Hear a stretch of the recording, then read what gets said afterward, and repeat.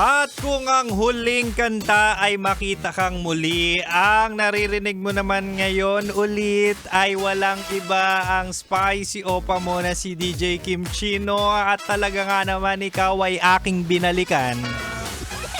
'Di ba? Sabi ko sa inyo naman, magbabalik ako, babalikan kita, hindi kita iiwan sa ere, di katulad ng ginawa sa iyo ng ex mo.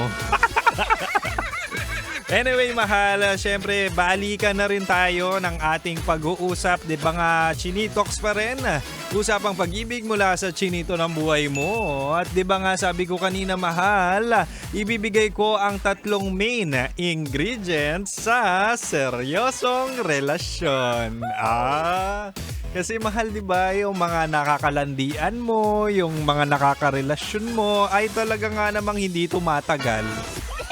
At kung ngayong magpapasko ay nagka-jowa ka dahil sa pagpaparinig mo, good for you. Pero di ba nga, ang tanong ko, tatagal ba kayo?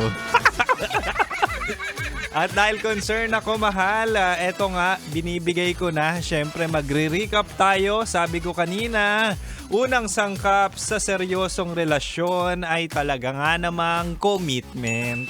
'Di ba? Dapat isa lang. Dapat marunong ka makontento at hindi ka natitingin at titikim pa ng iba kapag may label na kayo. Yan yung mga ginagawa ng mga taong hindi pa seryoso, ang tumitikim ng iba kahit sila na. Huwag mo nang gayahin at sabihan mo yung jowa mo, huwag niya na rin gayahin. At ang pangalawa naman, mahal, sangkap sa seryosong relasyon ay resources, partikular na ang pera. Doon lang tayo sa practical, mahal. Tandaan nyo, sa hirap ng buhay ngayon, kailangan nyo ng pera. At sa mahal ng bilihin, hindi kasya ang 500 pesos. Anyway, bukas, mahal, kami po ay magpapamigay ng Noche Buena. Speaking of pera, hindi 500 pesos ang Noche Buena na ipapamigay namin. Masingit ko lang, mahal. 1,500 worth of Noche Buena ang ibibigay ng Love Radio Manila. O, diba? At kung ikaw ay magkakajowa o may asawa ka bukas, kung makahuli ka ni Kim Chinong nakatutok sa 90.7 Love Radio, ay talaga nga naman isa na to sa main ingredients. Di ba? Isa to sa main ingredients yung pera or resources. Katulad ng ipapamigay ko tomorrow. Wow, nasingit pa ni Kim Chino. Anyway, dapat talaga financially stable kayo. Pati na rin yung mga gustong pumasok sa relasyon ngayon. Hindi lang sa pag-aasawa, pati yung mga lalandi ngayon at willing mag-commit o gusto mag-commit. Lahat ng bagay ay may bayad na. Kung makikipag-date kayo, dapat meron kang pera, meron kang resources. Kasi anong papakain mo dyan? Ngiti? Titig? Holding hands? Hindi. Kailangan nyo yun ang pera para makakain kayo. Okay? At ang pangatlo at panghuli na sangkap sa seryosong relasyon ay walang iba kundi ang komunikasyon. Mag-usap, di ba? Kapag hindi kayo okay, mag-usap. Kapag okay kayo, mag-usap. Kapag gusto mo ng bembang, mag-usap.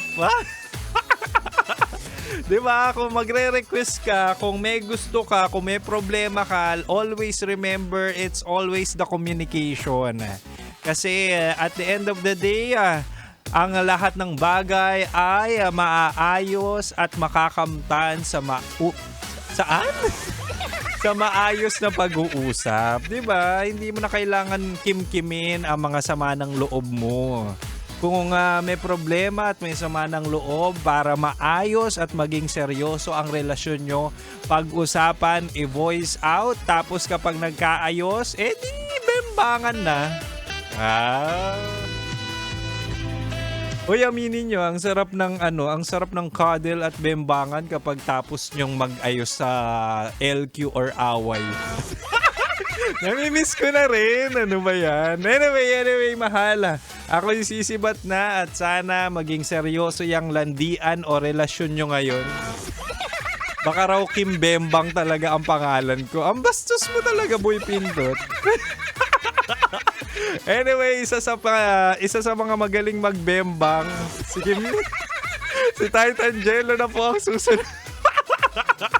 Si Titan Jello na susunod kasama si Rocky Terra sa kanilang programang Rocky Secret Files with Titan Jello. Kaya mahal, manatiling nakatutok dito lang sa 90.7 Love Radio. Kailangan pa maki-memorize yan. Basic.